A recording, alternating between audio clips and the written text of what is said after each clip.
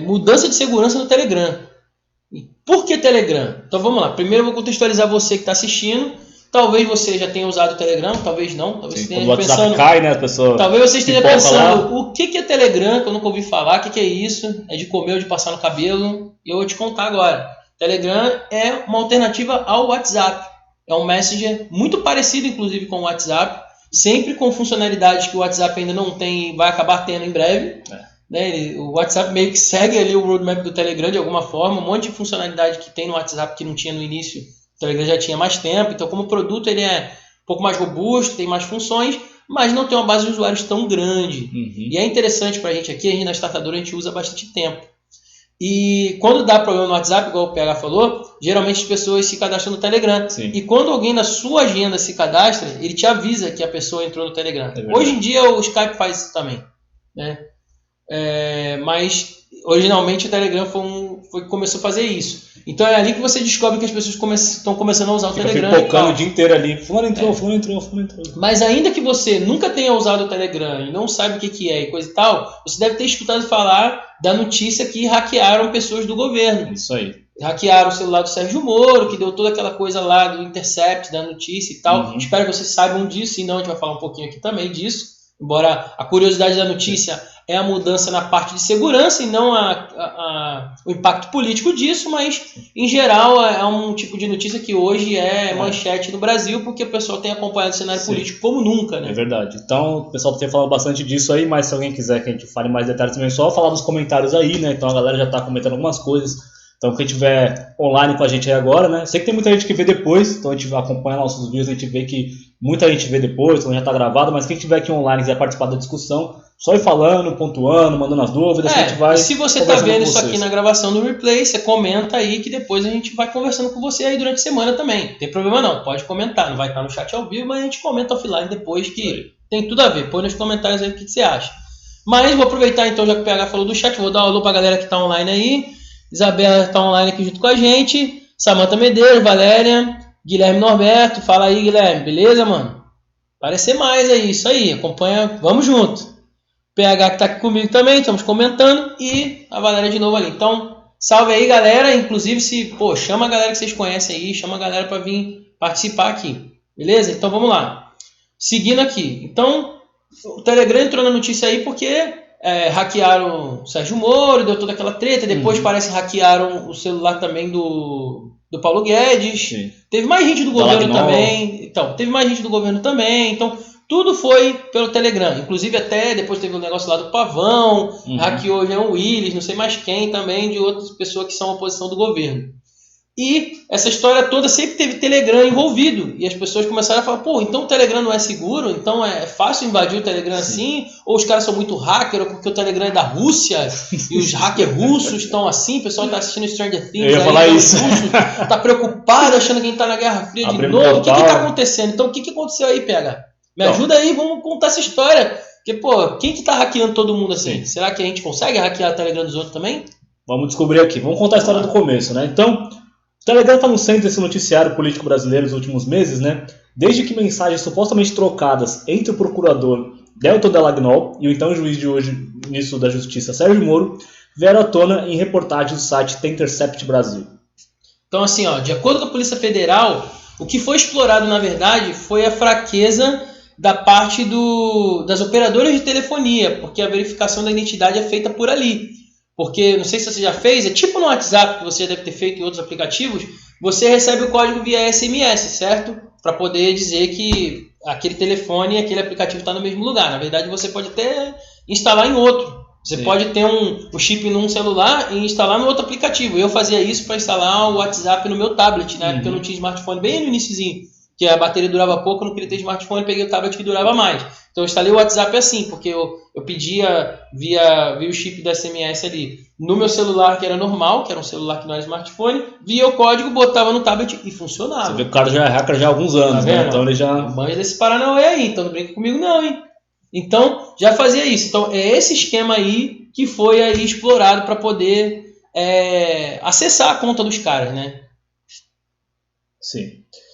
E aí, como isso, né, veio à tona e tal, como a gente falou, criou toda essa polêmica, né, em torno do Telegram. Então começou, né, o pessoal falando das conversas que trocaram e tal, mas começaram a perguntar, pô, mas como conseguiram, como fizeram, onde foram essas mensagens? Foi no WhatsApp? Não, foi no Telegram. Muita gente não conhece o Telegram, pô, será que não é seguro, será que não é, quem usa? E aí isso ficou tão forte, né, no cenário aqui nacional, imagina até que internacional, que o próprio Telegram se pronunciou quanto a isso, né, e mudou a forma que ele funciona em razão desses vazamentos que aconteceram, né. Então, o app reagiu a esse caso e não vai mais ligar para o usuário para informar o código de verificação se a verificação em 2 etapas não estiver ativa, né? Então isso significa o seguinte: então primeiro você pede o código, ele manda a mensagem para você no seu aplicativo. Se você não conseguir, ele manda SMS no celular, e se mesmo se você não conseguir, ele te liga e fala o código por telefone, fala o número é 1, 2, 3, 4. Então, se a verificação em 2 etapas, que é a forma mais segura de ter o Telegram, não estiver ativa, essa questão da ligação não vai funcionar, porque foi assim que eles hackearam o celular, que vai explicar como que isso aconteceu, né? Até porque a verificação em 2 etapas exige que a pessoa tenha uma senha para acessar o Telegram. Então não basta só ter o código de acesso, como vai ter que ter a senha pessoal dela. Isso aí dificulta, né, a questão do pessoa invadir a conta. Não torna impossível, mas cria aí um passo a mais de dificuldade. Então, o pessoal aqui da matéria pegou e fez um teste para saber como que isso aí estava funcionando agora. Então eles fizeram o teste quinta-feira, né, da semana passada, e fizeram o seguinte: eles verificaram se dava mesmo para fazer isso, né? Então eles perceberam que o mesmo código que era enviado pelo app, porque que acontece?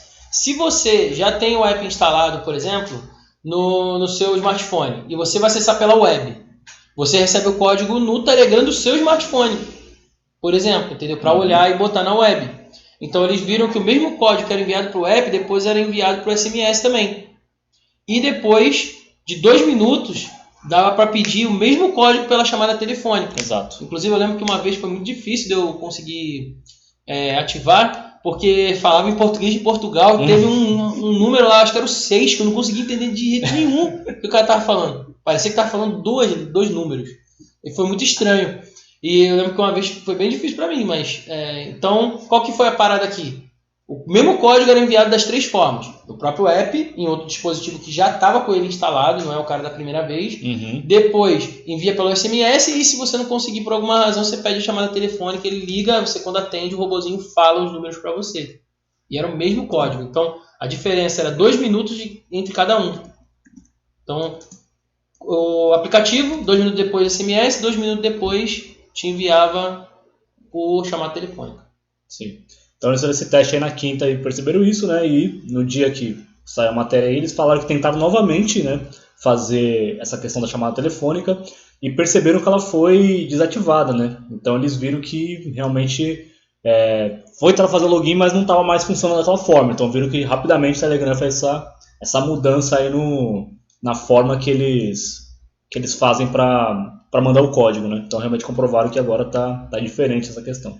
Que aí até está desativada, na verdade, a questão do tempo, né? Que agora é 1 hora de espera. Antes era 2 minutos e agora está mais longo, né? Então eles esticaram o tempo ali para se tiver acontecido uma coisa, tiver sido invadido, o Telegram até manda mensagem para você, ó, tem gente tentando entrar e tal. Então, para você ter tempo de você perceber e aumentar a sua segurança ali, né? Porque você deve estar pensando assim, beleza, mesmo assim, você faz isso, o cara liga para o número que está ativando lá.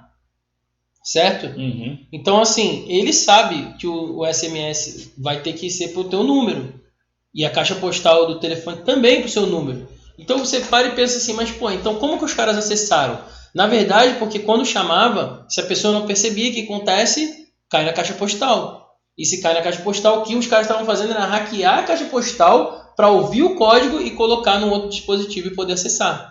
E aí, simular como se ele estivesse realmente com o telefone lá e pudesse ter acessado. Entenderam? Se tiveram dúvida, pergunta aí que a gente esclarece. Eu vou basicamente Mas não faça isso em casa, hein? Isso. A falha de segurança foi, então, na caixa postal. Porque eles enviavam, faziam o modelo do aplicativo, a pessoa não via, fazia o do SMS, a pessoa não via, fazia a ligação, ela não percebia, tudo nesse intervalo de 2 minutos. Talvez podia fazer de madrugada, quando talvez tivesse no Não Perturbe. E aí a pessoa não viu nada mesmo. 2 minutos. Sim. Fazia a ligação, caía na caixa postal, ela ia lá e eles conseguiam resgatar pela caixa postal. Isso aí. Então, assim, então os caras reconheceram aqui que realmente melhorou, porque era a crítica que eles queriam fazer, que para enviar o mesmo código em canais diferentes ali de você visualizar, 2 minutos é muito pouco tempo, que devia ser maior o intervalo, ou o código devia expirar e ficar trocando, para poder dificultar um pouco mais, porque tá muito fácil, né? Exatamente. Então, né, até um especialista em segurança aí, né, o Altieres Horn, observa no seu blog lá no G1 que os acusados seriam, né, o único método para obter acesso a muitas contas do Telegram. Ou seja, fizeram isso aí com várias contas, né, tipo, acharam essa formulazinha mágica e fizeram aí com várias contas, né. Então, mostraram da parte deles baixa especialização em hackear as coisas, né. Pode ver que o Carlos aqui, nosso, faz uns freela para ter Intercept já, sabe muito mais de hackear as coisas que eles. E mostra um pouco de amadorismo desses hackers, né? Então não foi hackers profissionais, não foi uma coisa tipo... Foi um cara que nem eu, entendeu? Sim, exatamente. Foi um cara que nem eu, profissionalizado assim. Exatamente. Esses puleirinhos aí, né? Isso, qualquer cara ali percebeu essa brecha aí muito mais, né, da operadora, né, telefônica do que do Telegram e se utilizou disso para conseguir essas informações, né? Inclusive eu tive informação aqui agora em tempo real que o que eles fizeram para poder cair na caixa postal foi ficar ligando para poder dar o ocupado ali e cair na caixa postal, entendeu? Então, forçando o jeito de cair na caixa postal para justamente depois resgatar lá. Sim, eles ficavam ligando por um sistema de VoIP. Aí o VoIP ficava ligando diretamente, sem parar. Ficava o bot lá telefonando. Isso. Tanto é que aquele pessoal aqui da matéria criticou tanto isso quanto o VoIP, que tipo assim, que vê que a pessoa tá ligando 50 vezes seguidas pelo mesmo número e tipo, acha normal, né? Não tem uma segurança quanto, pô, por que você tá ligando tanto pra esse cara, tipo, sem parar, né? Exato. Então é típico ataque brutal force. Que precisa... tipo aquele igual ataque para derrubar servidor, né? Fica um monte ali ligando toda hora, acessando o servidor e cai, fizeram o servidor. O DDoS. Isso é o de DDoS, de negação de domínio. Mas, pô, Brutal Force é básico. Tipo, tu não consegue no do banco. Erra 3 vezes tua senha no banco pra você ver o que acontece. Você tem que ir lá depois, enche o seu saco. Então você erra 2 vezes, você erra uma vez e já fica, calma aí, deixa eu olhar com calma aqui, porque eu não quero ter que chegar na terceira. Então é o tipo de coisa que de repente a caixa postal, faz muito tempo que eu não uso mais caixa postal, né? É uma coisa mais de filme, o americano usa muito, né? O brasileiro nunca foi de usar muito caixa postal, né? Ainda mais depois fizeram o WhatsApp aí mesmo que o povo não usou mais, porque tem a mensagem de áudio. Mas eu lembro que tinha uma senha para caixa postal, cara. Então assim, se os caras conseguiram acessar sem senha, é realmente uma falha bizarra, assim, né? Ingenuidade, né? Que os caras acham, pra que vão acessar a caixa postal dos outros, né? Pra quê, né? Quer saber a vida dos outros. Enfim. Vamos entrar nesse mérito e sim da segurança em si, né? Tipo, não faz sentido ser tão fácil de acessar assim. Mas, claro, o Telegram tem sua culpa aí, né? Por confiar no sistema telefônico como um modelo de segurança para autenticação do sistema, né? Então, realmente um negócio meio bizarro aí, né? Sim. E aí, a dica que a gente deixa aqui é para, né, habilitar a verificação em 2 etapas, né? Se tiver isso aí habilitado, já fica uma coisa bem mais segura, bem mais tranquila ali, você não vai passar por esse tipo de problema, né? Vai ter sua privacidade ali intacta. E além disso também o Telegram tem, até que a gente não citaram aqui, mas o Telegram tem a conversa lá secreta, tem um chat secreto no Telegram, que é um chat que você conversa, ele automaticamente deleta as mensagens, deleta o rastro de todas as coisas, tipo, você manda imagem, você pode ver a imagem que 2 vezes depois a imagem apaga. Então, né, se você tem uma coisa muito obscura aí, você quer conversar com as pessoas no seu privado, aí você pode usar o chat secreto lá, que aí também, mesmo se a pessoa acessar a sua conta, não vai conseguir ver o que você conversou pelo chat secreto. Sim, mas no caso dos hackers ali, eu acho que não era só pra ver, né? Era pra também se fazer passar pelas pessoas, pra falar com outras pessoas. Teve caso que foi assim, não foi no caso do Sérgio Moro, dos caras que pegaram o log, né? Sim. De conversa. Viram conversa, leram lá. Isso. Mas teve caso que teve gente fazendo isso também, de... falar como se fosse outra pessoa e tal, né? Com certeza, mas tô falando mais do ponto de poder, as pessoas lerem as suas conversas antigas, entendeu? Você quer esconder a conversa aí pra ser secreta, beleza, né? Isso. E aí, galera? Falou da autenticação em 2 etapas, eu queria lançar uma polêmica aqui. Quem usa autenticação em 2 etapas? Você usa? Você que está assistindo usa? Se você está ao vivo agora, fale aí, vocês usam autenticação em 2 etapas, seja no Telegram ou em qualquer outro app? Ou se não, o sim e não e por quê? Diga aí para nós, a gente vai falar aqui no ar. Eu vou dizer para vocês que eu não uso em nada. Eu já vou ser sincero aqui para vocês, não uso autenticação em 2 etapas. Mas também, cara, eu acho assim, se nego me hackear aí, eu vejo que vários aplicativos de hoje, ele te avisa quando você acessa. Eu fico meio irritado até. Quando eu mesmo acesso e o bagulho fica tentando me impedir e eu acesso lá e fica falando, acessaram assim seu Gmail. né? Atividade suspeita aqui. Suspeito aqui, mano, sou eu. Aí fala assim, se você é você mesmo, diz aqui. Como se eu fosse alguém que estivesse hackeando, eu ia falar que não, né? Então assim, eu não compreendo aonde que isso realmente é relevante. Eu sei que, claro, se eu tô aqui e me avisarem, tipo assim, minha Netflix, alguém acessar, me avise, né? Então, beleza, eu posso ir lá e reverter e tal, porque me avisa no e-mail, o e-mail tem acesso. Então, o cara que acessa a Netflix não consegue trocar a senha do meu e-mail para obter o poder da parada. Ele acessou a Netflix. Sim. Então, eu posso reverter e recuperar a parada. Então, esses mecanismos são legais. Mas quando é você mesmo acessando o e-mail, ele te avisa que você acessou e fala o dispositivo e tudo mais, mas, entendeu? Se o cara assumir o controle daquilo ali, não tem como você nem ver. Você vai lá, acessa, bota como lido, eu ensinando aqui como é que faz. Olha só de novo, eu falando aqui como é que hackeia. Você vai lá, dá como lido, apaga o e-mail e aí? A pessoa não... Entendeu? Se tu acessou, tu consegue fazer isso. Sim. Consegue trocar senha até. Então tem uns mecanismos aí que eu vi agora no Android disso, né? E você, para acessar o seu e-mail, você tem que ser com o smartphone, você dá um sim lá, dá um ok, tem outras coisas mais diferentes que ajudam, né? Por exemplo, o próprio smartphone, né? Que é um negócio que se hackearem seu smartphone, ferrou, né? Acessa tudo, Sua né? vida dali. Tua vida toda. Então, tem um monte de autenticação aqui. Eu botei impressão digital, botei reconhecimento facial, botei tudo nesse meu smartphone novo aqui. Que pra mim é tudo simples. Quando eu olho pro celular, já abre ali, se eu ficar olhando ele não fecha a tela. Então, pra mim, assim, mas se for outra pessoa para pegar, ela vai ter dificuldade para acessar. Eu acho que esses modelos são válidos, mas a autenticação em 2 etapas, ela irrita mais a gente do que os outros. É claro que um aplicativo igual o Telegram, você só faz isso uma vez. Então, eu até acho que vale mais a pena. Quer dizer, uma vez a cada instalação, né? Tudo bem.